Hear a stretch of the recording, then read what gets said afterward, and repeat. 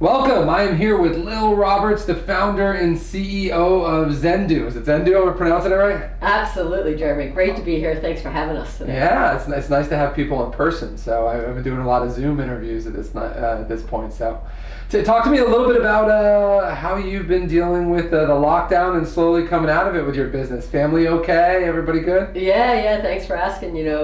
Fortunately, we haven't had any cases, and all is good. Except, the world's just a little bit different place right now, right? Yeah. But there's positives in that. Well, I saw you wrote an article about the 5 things a business should do to reopen. Before we kind of get into your journey, I'd love to just maybe get some feedback from you on from a business perspective, how you were thinking about it, and obviously you're becoming a thought leader in the space and recommending other people about reopen. It's usually where I start the interview anyway about it, and you seem to be a resident expert. Oh, well, thanks. I appreciate it. We've been very blessed with a lot of the press during this time, and with the Triple P and what's best for business owners to do that. Around the areas of when is the time. The first question is, when's the right time for your business to reopen, right? And if you've been an essential business, then you've been able to be open the whole time. So you're looking through it in a different lens. Maybe you're bringing back remote workers. If you're a business that's been closed down, like let's talk about a gym or a restaurant, something like that, the time for them to reopen, and as you may know, just being around Fort Lauderdale here, that we have plenty of restaurants who haven't reopened yet, right? So you're probably thinking the same as me. Do they have loss of business insurance and so they're not reopening for that? Or is it just going to take them down too far to run at 25% or 50%? So the first thing to do is the time right for your business? So identify what your business needs to run. What is the nut that you have to cover a month, right? Can you survive? Can you run your business at 25% capacity? Some businesses can, right? Like for instance, a gym probably could because they have low overhead. They have the space, which is their main cost, but they don't have cost of good like food, like a restaurant. So if a restaurant has a really varied menu, right? Yeah. They got to think about, should they open with the menu they've always had, or should they open with a modified menu of the same ingredients, limited ingredients, so then their waste is not as much, right? And so, be aware of what's happening in your city, your town, for when the time is. Well, and you might have to kind of change a little bit of the business model. I know a couple of gym owners locally, and what they do is less people in classes, but they put on a lot more classes. Yeah. Than opposed to doing it that way. So kind of changing a little bit in the schedule, which might be a little bit more work, right, but you can still be able to make some of the revenue up. Yeah, absolutely. But it all starts with, what do you need to run, and then are you better off opening now, or are you better off waiting a little bit longer? Great point. You got to figure out that first. And then once you have all that figured out, then the steps are, first and foremost, educate your employees, right? So when you educate your employees, you need to make them aware of what you expect from them. Not only what do you expect from them on coming back to work and when they come back to work, but what kind of protocols do you want them in a mask? Do you want them in a mask the whole day, or just to get in the building? And then if their office doors closed, they're okay. So educate this. Do you want to wash their hands? Is there some kind of decontamination you're doing to the office every day? Do they have a role in that? Number 2, communicate. I like to say communicate. It is absolutely imperative right now. So not only do you communicate with your internal customers, your staff, your team, but you have to communicate with your external customers. What's their expectations? Are they now going to have limited hours? Are they going to have special protocols to work with your business? Is it curbside service? What are those things? And then don't forget the vendors, right? Yep. So communicate with your vendors. So that's the second one. Well, as you say that, I think of some of the businesses that I have, and so we were in essential businesses, most of them, but we didn't still have people in the office except just to get mail. But the hard part was making sure people actually did the protocols you said, and so you tell people to wear a mask, but they were uncomfortable with it. So it was training some of my staff of how do you deal with somebody if they're not actually following the protocols? How do you make sure you have the conversation with them?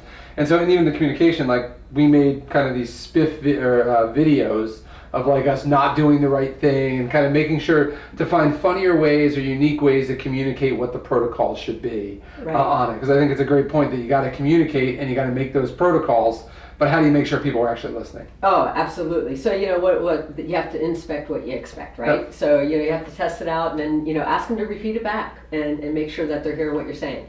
And then this is a key point, and that is to review and adapt. So, you're a couple of days in, you're a week, you're 2 weeks, what's the customer experience? You know, where are the points that maybe it's taken too long, or where's the cogs in the wheel? And so adapt those processes and constantly review and adapt them. And look, at the same time, you got to be aware of what's happening in the marketplace and what's phase 2 look like, what's phase 3 look like of reopenings, and also what's phase 2 look like and phase 3 look like of the pandemic. Yeah. Right. Yeah. So that's it on the business owner side. No, they're great advice, and I love kind of starting with how you were dealing with the experience and kind of how you're thinking about reopening. So I'm glad that you're obviously in your business now, which is providing bookkeeping services through technology to a lot of small business owners. It's been an area that you've had to think about. I'm sure you're getting questions from the companies that you've been working with going, is it financially feasible to reopen? And so this isn't your first business endeavor in this technology side and the bookkeeping side. You've been a serial entrepreneur for most of your life. Can you just talk real quickly about it? Because a lot of people have this itch to be an entrepreneur, has a desire, they believe that they have a great business idea, but they're not able to take the step and run with it. Can you just talk a little bit about maybe where your entrepreneurial bug came from, and then how'd you actually know to itch it, than opposed to taking maybe a different route in working for somebody else or being a W-2 employee? Yeah, wow. Great question. I have to tell you, Jeremy, I have done lots and lots of interviews, and just recently we were on Forbes in the digital version. I saw it. And just amazing your question, because you ask it in such a way is so interesting. So, I look at entrepreneurship that there are most people, when they think of an entrepreneur, they think, oh, it's a business owner, right? But no, there's two separate. There's a business owner, and then there's entrepreneurs, and there's no right or wrong, good or bad.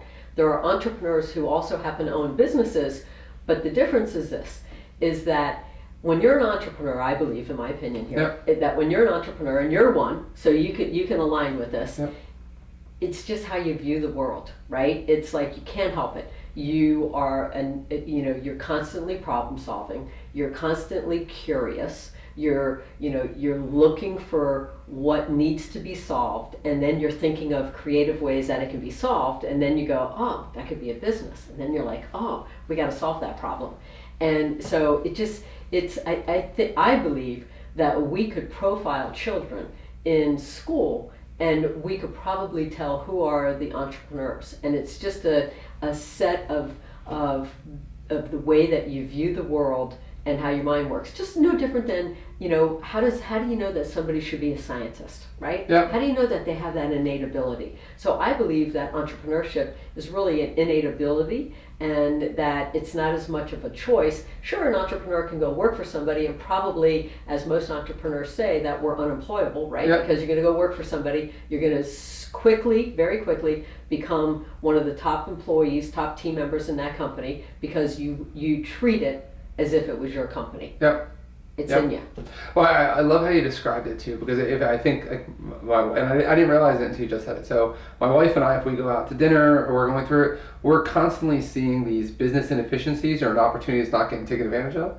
And it'll end up being our dinner conversation, talking about how we would improve it or how we changing, and then now and then it ends up being as someone that thinks that way, is it worth your time to actually go fix it or not fix it? But you're kind of wired that way. You see where there's an opportunity for somebody to take advantage of, or there's an inefficiency in a marketplace or a business model that you can be able to look at.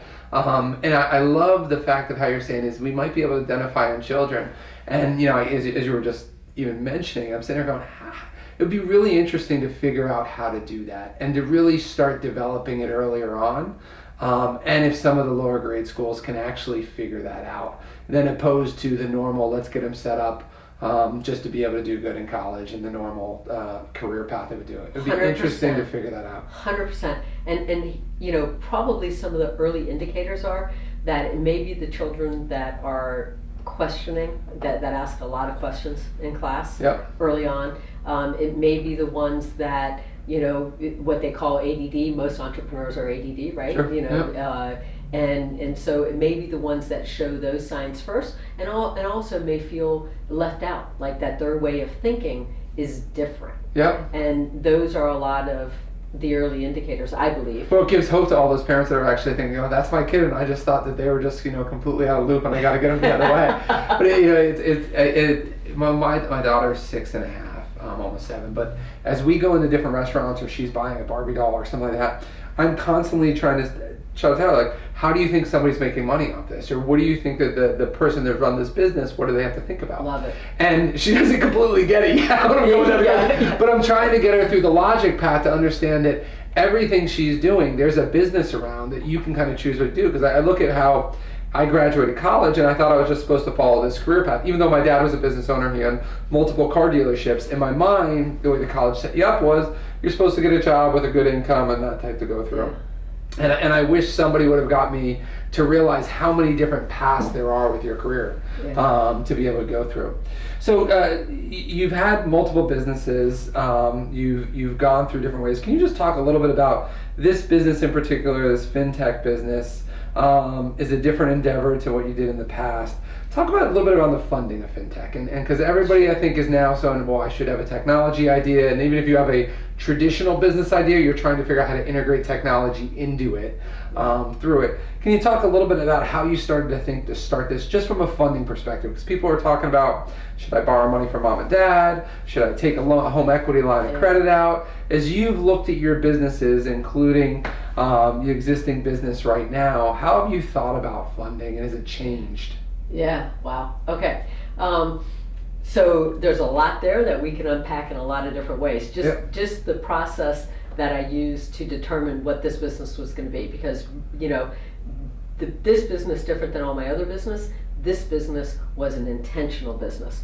All my other businesses were happenstance. Yeah. But so this business being an intentional business is that I knew that I wanted to scale this business. I wanted to, number one, help a lot of small business owners, because, you know, at this stage of my life, and I'm sure you think about this too, you want to do the businesses, you just talked about, you want to do the businesses that align with your passion, right? Yeah. So super passionate about small business owners, love small business, it's the backbone of America. It employs a lot of the people in America, and it also impacts people's life to a ripple effect that I think people don't really realize at the base level of it. If you have a great business that is helping customers and somebody can be employed there, they're going to go home and have great conversations with their kids at night. But if they're not enjoying it, or it's not a good quality business, they're going home and they're not asking their kids how were their days at school and what did they learn. So there's those. They're emotionally effects. Drained. They don't got time to be able to actually engage kids. Exactly. Right. So it does that. The ripple effect is so huge.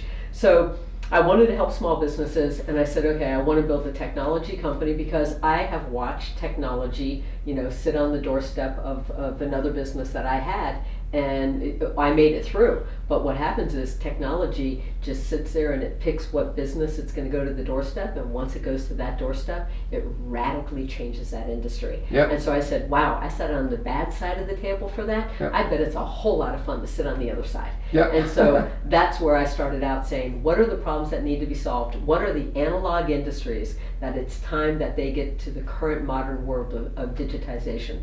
And so I looked at all the pain points I had in all my businesses, and bookkeeping was a huge pain point, right? And you can't get your numbers from your CPA in enough time. It's an industry that hasn't adapted and adopted technology, and it's an industry that because they don't have the tools, they can't react to small business owners in a timely manner.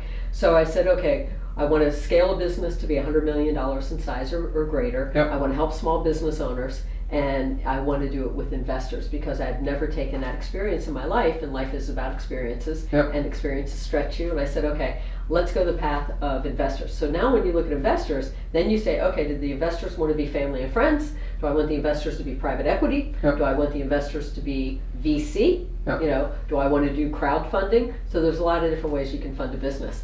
And for me, I always like to go the hardest route, right? The biggest mountain to climb. And so I said, okay, let's do a VC. Let's go VC-backed company. And just the fact that you aspire to go that route holds you to what I believe is a higher level of the scorecard that you have to get to, right? So in order to be a VC-backed company, the vision has to be there, the product market fit has to be there, traction has to be there, and you are going to have to run faster and jump higher to be able to hold the line that the VCs want to see. So first round. Did it meet the expectations that you had around? I mean, that you just kind of shared? Is it something you would do again from the VC side, or do you feel like I guess you got to be careful on how you say this, but did it meet the expectations you had where you thought it would be helpful? Yes, the life experiences. I will say on the kidding side, be careful what you ask for. Right, so, right. There's a high level accountability as an entrepreneur. You might like having the accountability as opposed to somebody else giving you the accountability. Exactly.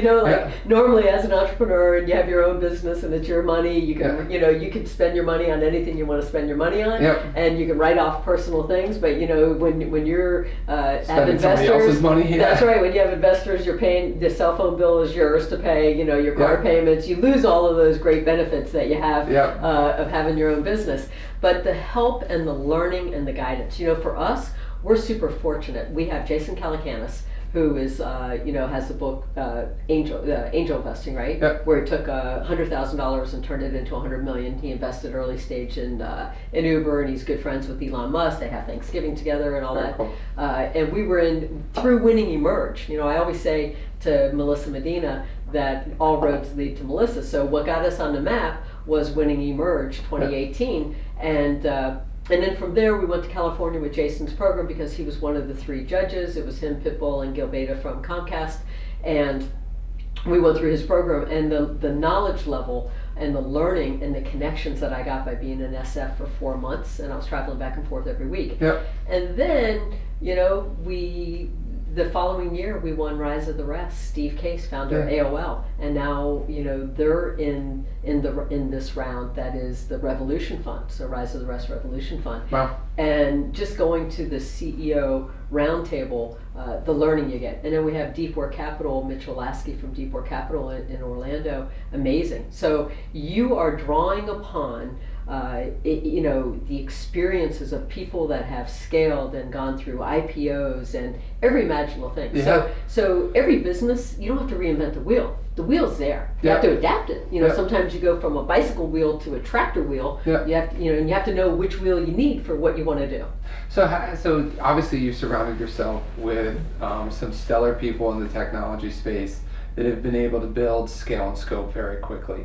As your business progresses, where are your ideas and concepts coming from to continue the radical growth that you're having? Is it coming from those investors, or you put yourself in a space that you weren't in before, heavy technology, as you said, it was kind of more the traditional size of the businesses.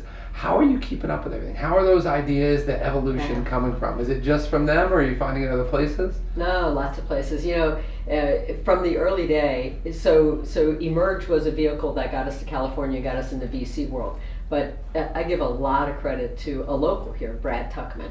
And Brad is an investor, he's a board member, and I consider him, not only a close, dear friend, but also a partner. Yeah. From the early days, our messaging to our customers, was Brad's eyes, right? I have great team internally with my inside team, but Brad, he built One Create or Creative Drive. It's called Creative Drive, but it was 1K off of Sheridan, and he took that business. He started out as a photographer. He'd be great for a podcast. Yeah. He started out as a photographer and built a company that has 1,000 people, and he sold it to private equity. And so he exited his company in 2015, and I exited my last company in 2015. And just through happenstance, we came together. I had already started Xendoo. We came together in 2017, and Xendoo was already underway as far as building out the MVP of the product and tech stuff.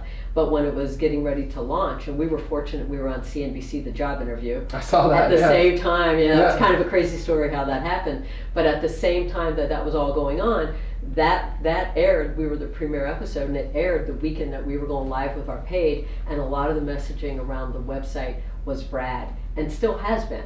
And we're getting ready to go through a revamp of our website, and I have great internal team of team members. But his eye and his, he sold to Walmart and Target, and to, even though he was B2C, he's very attuned to the messaging side and the branding side. So talk about, because you were able to, and obviously the idea behind Xendoo was a driver to you be able to win a couple of those opportunities, but also being able to get that opportunity on CNBC. Was it deliberate that you were putting yourself in those situations to get the right connections to support the business? Did it just happen at that point? Talk a little bit about how you were able to put yourself in those positions. Yeah. a really great guardian angel, right? So in the early days, when we applied for Emerge, we were told by multiple people, you won't win. Right. We were told straight out. We were told, you're from Broward County, you're a female, you're old, right? I'm old on the older side, and you won't win. And to me, that only inspires me to work harder. Right. And so I'm, so my goal was that we were going to work so hard at it that we would get to the top 5, and that if we didn't win, there would be it would be obvious that why we didn't win. So like you deserved it. You knew at that point you shouldn't have won because somebody else was there that was actually exactly 1,000%. So what did that mean? That meant that you put yourself out there really as a raw nerve, that you call upon the relationships and friends and everybody that you have, that you say, pick me apart, chew me up, beat the heck out of me. And so it's Tiger Woods, right? He would hit 1,000 golf balls a day, right? So if you choose to go that path, well, don't do it halfway. That's really my motto and how I live my life. Don't do it halfway. I'm a ledge walker. I love to walk on the ledge of anything, and I'll hop off. It's like just the adrenaline thrill. I'm sure you do it. I get it. Yeah. And it's like, and then being, you said, how's COVID affecting you? I feel caged. Our office is on the 11th floor. I just want to pop out the window because I just need that excitement. Like, where's the excitement? And so we just worked super hard, and hard work pays off. And of course, we had to have the right product. We had to present it in the right way. We had to have the right story. But you work at it. If you don't work at it, you're not going to get it. Well, what I love is that it's a lot of people would say, well, the business should sell itself. I shouldn't have to worry about it. And what you're sharing here is that the level of presentation and you making sure that you're in a spot that you can put your best foot forward, that people saw everything, and you assumed all the different objections you would get, all the things that people would pick apart your platform and how everything would be, and came into that not just as I'm going to let it speak for myself, but I'm going to present it in a way that's going to make you not even think that this should be in first place for it. And so I love that attitude going through. And that also leads you to the CNBC piece, is the fact that you won those two? That was just a... No, actually CNBC happened way before that, and it was, again, happenstance. So what happened was, decided that I wanted to solve this problem in bookkeeping. And then, so the first thing that you need to do is say, okay, as you said, is it going to be worth the time and effort? So it's going to take, 5 to 7 years of your life. And so what is your opportunity cost? Because as entrepreneurs, we can go solve any problem. Not that we can solve it, but we can go we can go and look to spend our time and energy on a solution for a problem, right? We've identified it, but a lot of people, they don't look at the exit, they don't look at the end in sight and work their way backwards. So when I saw this problem, I said, okay, I need to educate myself about this industry. I need to see, is the marketplace right for it? Way back in the 80s, I was in a systems integration business, and I used to go to Comdex in Vegas, which is now CES. And I saw that Kodak had put out this unbelievable product, and it was way too soon. They put out a product too soon for the market, and they put a lot of money in it, and now where's Kodak today, right? And so you have to say, is the market ready for your product? So I did all that research, market ready for my product, how do I go test it? I signed up for 3 trade shows. It was, 5-10 grand total out of it. The third one I almost didn't do. It was New York City at the Javits Center. And so I go up there, almost wasn't going to do it, it was May, go up there, and with the level that we participate in a trade show, they gave us like a 45-minute speaking thing. So I'd gone to do the speaking, I came back, and the guys in the booth said, hey, this guy came by, really likes what we're doing, and wants to talk to you. And I said, great. They said, okay, we took his phone because he needed to charge it. We're charging it, so he'll be back. Don't go anywhere. I said, awesome. So next thing you know, Wesley comes back, and he was a recruiter, a cast recruiter from ITV, and there was a show in the UK called The Job Interview that was coming to America, and all he could tell me was it was going to be on a major news network. Sign me up. And so he said, would you be open to doing a casting call? We're going to do 100 casting calls. Would you be open? So lesson number 1, you know what? Take the chance. Right? So we took the chance. We got picked to be one of the 13 to go to New York, where they were going to then pick 10 or 11 episodes. Take the chance again. took the chance, and then turned out we were the premiere episode. That's awesome. But with taking the chance, do the work. So once you commit, do the work, right? So don't commit if you're not going to do the work. And it's interesting that you're asking it, and I think about right now, and I had a decision point yesterday, very much similar to like, do we do a merge? Do we do this? And the decision point was, we've been nominated for Ernst & Young, right? And so when I look at the criteria, I say, you know what? It's too early for us. We're not going to be able to win this. It's too early for us. So then the second thing that comes to my mind is, is there a learning here by doing the process?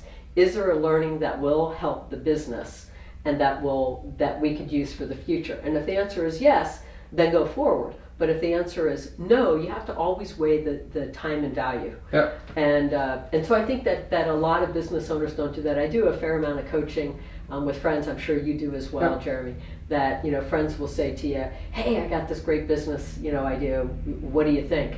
And to me, the first thing that I look for is if they're emotionally involved in it, too emotionally involved in it, then it's not going to work. Because you got to be able to listen to people telling your baby is ugly. Right? And if somebody's going to tell you, "Hey, your baby's ugly," if you're going to take that personally, then you shouldn't do that business. Right? I agree with you. I agree. It's its own living, breathing. And then you have to say, is it going to serve me at my highest level? Is it going to allow me to learn and grow? And is it going to be a business that will fit whatever my personal goals are and my business goals? Because if it doesn't, you're going to lose interest. You're going to lose interest, and you're not going to have the why for when it gets really hard. And every business gets really hard. Is it fun being a business owner today? Right now in COVID? Nope, not at all. Imagine if you were working for somebody, how much fun you could have.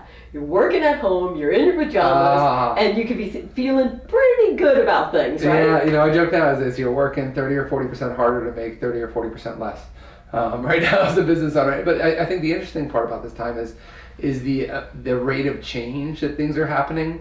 You're able to, what you would have felt comfortable with a culture or yourself handling over a year or 2 years, you could be able to do within 2 or 3 months. And I'm seeing businesses and entrepreneurs making this radical change that they kind of were slow playing a little bit over 6 or 12 months and making it a lot faster. So I think we'll see businesses come out of here a lot stronger because of those changes, but it's not easy. I mean, it's not easy out there right now sitting there as an entrepreneur. Yeah. You're getting your guts kicked in right now. Yeah. Well, I love the decision-making process that you go through. And it almost sounds like as you're deciding on trade shows, deciding on different awards, you start building out almost like a process map of how am I going to make this decision, than opposed to just gut feel. Not that we shouldn't go with our gut sometimes, but you're trying to make it where it's repeatable, that you can make good decisions over time. And the trade show is a good example where a lot of people are just so focused on the business, they don't know if it's worth going and doing trade shows because it's not actually driving revenue, but going out there and learning from other people, making the contacts, also starting to test your idea to get that raw feedback to say you're an idiot or you didn't think of this or something like that. That's actually what's going to help you grow more. From the perspective on the technology side, and as you're kind of growing through, and it seems like you've hit a lot of places. If somebody was interested in building out a tech company and seeing an opportunity similar to how you saw on the bookkeeping side, what would be some resources that they would go look for? Where would you see them? Where would they start? Yeah. They got an idea like you did with the bookkeeping part and being able to really integrate technology and kind of, for lack of a better word that's overused, disrupt that part of the business. Where might they start figuring out, is it something they should pursue or not? First step, go to Google. No kidding. Because there might already be a business that's already far down the path on that. It already may be such a crowded space. Like, here's the thing, our space is now getting crowded. If I were to start this business, if I had the idea for this business today, in 2020, I wouldn't do it. Space is too crowded.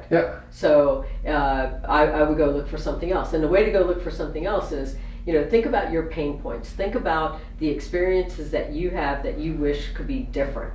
And then, just do that, like go find the quiet place. And a lot of people want to take notes on their phones and do all that. I believe in the kinetic connection of pen and paper, right? And so go find a quiet park or somewhere that you feel good with, put the electronics away, and then write down a bunch of things that are in your life that are analog that you wish would be, faster, cheaper, need to be changed. Like, it's usually the things that really piss you off, right? Like, how did Hulu come about? Right. Because somebody was sitting on hold with DirecTV or Xfinity, and they're like, the price they're charging me is way too much.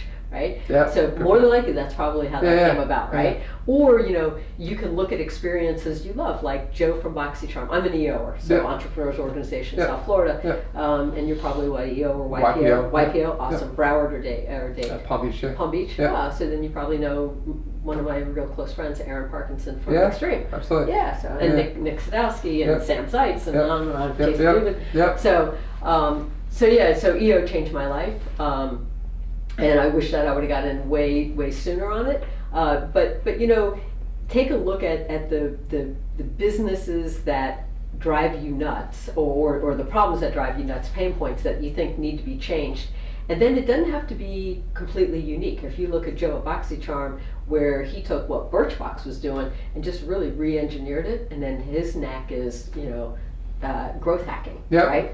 Now, what is that business? $1 billion business. Yep. Right? Crazy. And his background was he was in liquidation, Yeah. and he just saw that. How come people keep buying the beauty samples? So when I'm giving you these different examples, these are people that I'm learning from, Yeah. right? So it's all about surround yourself with people that think about the world differently. Yeah. And when you do that, I'm sure when you're at a YPO meeting, the room is vibrating, right? Yeah. Because we're all in our playground and we're all in our area of Yeah. just talking about ideas. And lots of times out of those ideas come other ideas. So if somebody wants to get into the tech world and they want to build out a tech company, then start attending meetings. There's a lot of VC and community-backed for funding events that you can go to learn. Listen to stories, hear somebody's backstory. You'll be inspired. It'll teach you how to think and how to not miss opportunities. All of these opportunities happening around us all the time, all day long. Yep. No, it's great advice, and I think that if you start putting yourself around people that have already done it or have had some success on it, you're bound to just learn from them and how they think. And that's what I get out of just our conversation today. If people can just start to understand how you think, they don't got to make the decisions you, but if they understand how you make decisions, it'll allow them to make more successful decisions. As you look back, and you talked a little bit about, kind of your journey, if you look back at your 25-year-old self, what advice would you give your 25-year-old self now that you're, done a couple businesses, you've been an entrepreneur for a while, you've seen and talked to really successful people as you've played around in the VC space? What advice would you give that 25-year-old self of yours? Two things that come to mind quickly. Yeah, please.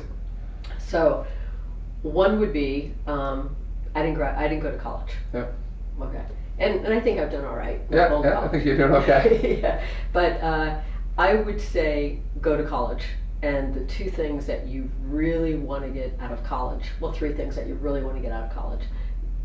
Definitely computer science, because everything in our lives need and will be through technology. Technology, no matter what business you have, just put the word technology in front of it. If for all the business owners listening today that are out there, if you're a restaurant, say, okay, how do I put technology in front of it? So that means your website, your ordering, your processes, all of those kinds of things. Can you offer some kind of a discount if they become a certain type of a loyalty member? Duffy's was great with the loyalty cards, right? Yeah. So whatever it is, put technology. If you're a real estate person, put technology in front. No matter what the business is, put technology. You're a shoe repair, put technology in front, right? That's a really obscure business. Put technology in front.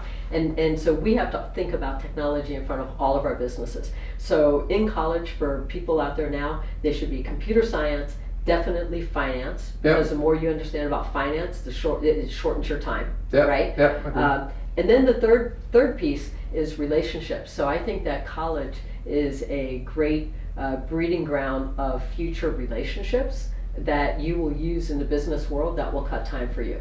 And then for the second thing I tell my 25-year-old self is to get out sooner of building relationships. I stayed in the last business that I had for a lot of years before EO. I just thought I didn't have enough time to go out and do any networking events, and I just didn't really see the benefit of that.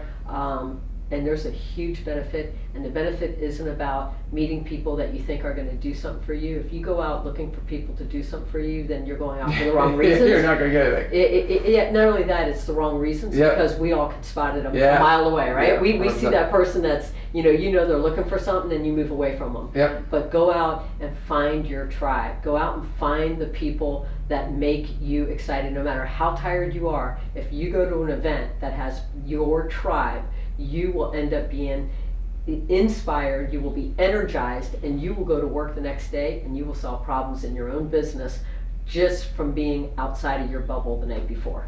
Well, it's interesting you say that, because I was, my first probably 16, 17 years of my career, I didn't care at all about connecting to anybody outside of my company. It was all about building the company. And what I've learned in the last few years, especially from IPO, is that my ability to think differently and to pull upon, just like, I run into an issue, I'm like, I just heard this person talk about this issue already. I'm able to call somebody and be like, just how'd you think through it? Like, how'd you go about this process? It increases my learning curve significantly, and go through this whole pandemic.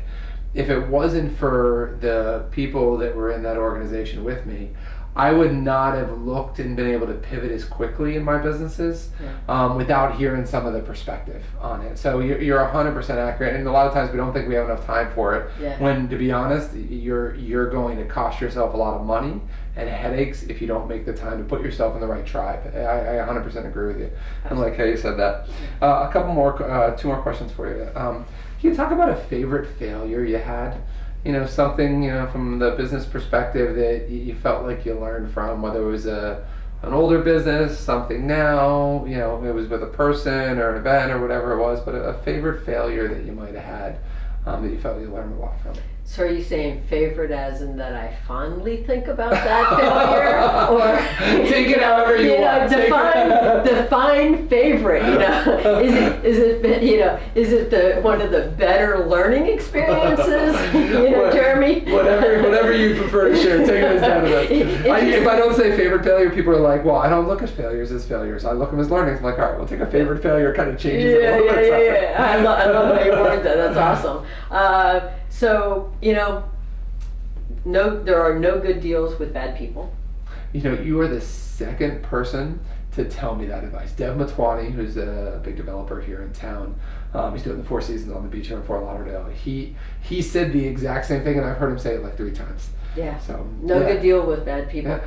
Gone through it twice. Yeah. And it's not fun. So I guess that would be one of my favorites. No, and a great point. Yeah, great point. And the second one was, it was an investment. I was the founding investor in a beauty product. I won't say what it was. Yeah. But the person who had the product but didn't have the money was just a freaking crazy nutcase. Right. Right, nutcase. And treated the product like it was her baby. Yeah. And not understanding it was a business easily could have been $100 million business. I was thinking, I'm the founding investor. It was my money that went in to fund it, and that no problem, it'll be mailbox money, right? Yep. Money will just come to the mailbox, no worry. Oh boy, no. So I got my money out plus some on it, but I'll tell you, it wasn't worth the pain I went through. Well, is it funny? And as an investor looking at investing in businesses, or if you're on the flip side of that, you want an investor pulling in, it's not just the idea of your business, but that person you're investing in is just as important as the idea. And you really have to believe that they can deliver on running a business, than opposed to it just being a brilliant idea. And I think that's a great example, where it's a $100 million business opportunity, but the founder, the person that started it, just wasn't the right person to get it there at all. Oh, so painful. So so I'm smiling, because it's a favorite failure. See it. Because you call it a favorite failure. I guess it is a favorite failure. So on it, but great. Great learning on it, because you have to realize that. You're right. You're betting on the horse, right? And I invest in. I have a fairly decent portfolio of companies I invest in, and So, what was the most memorable day of your career? Going back, is there a certain time where maybe it was the most impactful that directed you to where you were today? Maybe it was something where you felt like you made a difference. Maybe it was just a really fun, interesting day where you got to meet somebody you didn't expect to meet. But your most memorable day of your career. I have a long career, Jeremy. You don't look that old. Thank you. I think I'm 29. You know, I can tell you some highlights. Okay, like perfect. never having pitched before. Pitching at Emerge in front of 3,000-4,000 people. Describe what you mean by pitching for people that might not understand.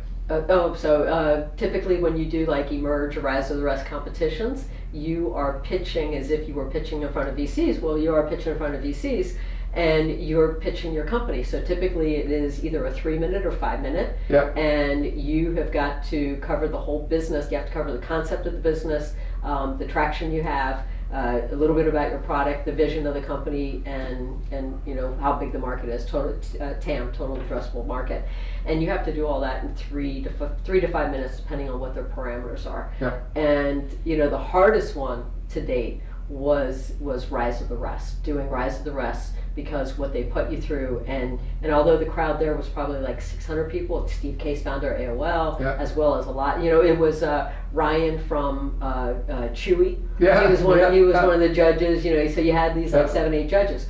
But Emerge, you're in front of 3,000-4,000 people. It was my very first time pitching. Yeah. And to do that was... Yeah, pressure's on. Yeah, and I mean, I like stress, and I like, you know, so do you, right? You eat it for breakfast, and so I like pressure and stress, but that was like crazy. Yeah, that's a different level. What'd you have to do to prepare for that one? A lot. So, you know, just put myself out there to be an absolutely raw nerve and ask for people to beat the heck out of me. That I knew were close to me. So it was a lot of, I went through I do their boot camp, so for the years after, I'm one of the sessions for their boot camp for the startups coming through. Yeah. And you know, the process that we did everything. We did a kill list where the judges, the first level is the judges are walking the show floor, so you take it as stages. Our first milestone is to be one of the 110 companies. Second milestone is to be chosen to be one of the 25 companies pitching on the small stage, right? Yeah. You know, then the third milestone is to get to the top 5, and then the fourth milestone is win, and then what are all the things you need to do up until that point? Yep. And be sure that you do them not just at an adequate level, but that you put everything you have into it. Well, I can't imagine the pressure that kind of went through it, and it's a good example where, you know, people out of college will ask me, you know, any advice or what career should I get into, and I tell them a lot of times, I go, you should take a sales job at some point early on in your career, because no matter where your business goes, whether you end up as an attorney, a doctor, a dentist, or somebody starting a tech firm, you're gonna have to communicate effectively at some point. And all that is a sales presentation. You're presenting your business in a palatable manner in a short window of time that people are going to be attracted enough to be able to vote for it, in that case, to be able to do it. And it's a very uncomfortable scenario to be in. And clearly you were able to do well at that, and the business is off to the races right now. Where's the best place for a business owner that's listening right now that obviously is looking for some help on a bookkeeping perspective? Where should they find you? Thank you. It's Xendoo.com, so it's Xendoo.com. And we're right here in South Florida, and we have customers across America and in 12 other countries. And we have businesses, small business owners in all industries, you know, from e-com and professional services, financial advisors, real estate, to brick and mortars and, you know, doctors across the board. Yeah. Well, we'll put it in the show notes. One question you just brought up, South Florida. Well, why'd you start a tech company in South Florida? Because I love a big challenge. You know, I mean, like, you know what? People don't realize the difference between SF and South Florida. Yeah. When you're in San Francisco, the talent, the support, the thinking they're so far ahead, and there's no other reason than really that Apple was there and a few other early companies just happened to be there. Yeah. We had it. Yeah. You know, we had it with IBM. Yep. Right? So we could have been that. And there's a lot of hope for South Florida because, you know, with a couple of the exits that we had, right? Yep. There's the possibility that those exits will spawn, you know, the startup community to be even bigger and all those great minds and those companies. But yeah, it makes it harder. And the VCs look at South Florida as it's changing because of Steve Case and Rise of the Rest. But unless you're Boston, New York, or SF, Yeah. So I would say to college kids, go out to California, go to SF, spend 2 years. You're going to gain a lot of knowledge. Yep. And get that learning. Yeah, and you'll have a different perspective no matter where you go at that point. It'll completely influence how you think about stuff if you're there. Yeah. Yeah, I would agree with you. All right, now we're talking South Florida a little bit, so this truly is my last question.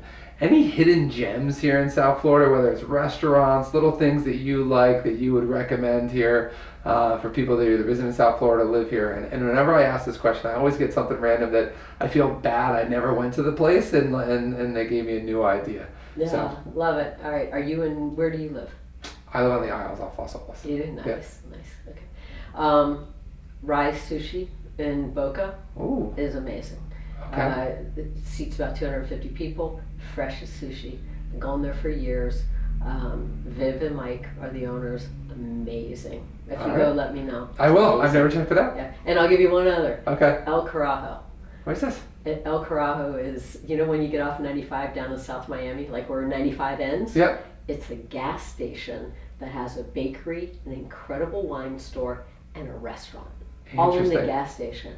And the food is crazy. It's just the most amazing experience. Awesome. All right. I'll add it on the list. Yeah. Hello. I appreciate you taking time. It was awesome to see you. And thank you, Jeremy. Yeah, yeah. Thanks so much. Thank you for watching the Upreneur podcast, and don't forget to like, follow, and subscribe, and share this with anybody who you think needs to hear it.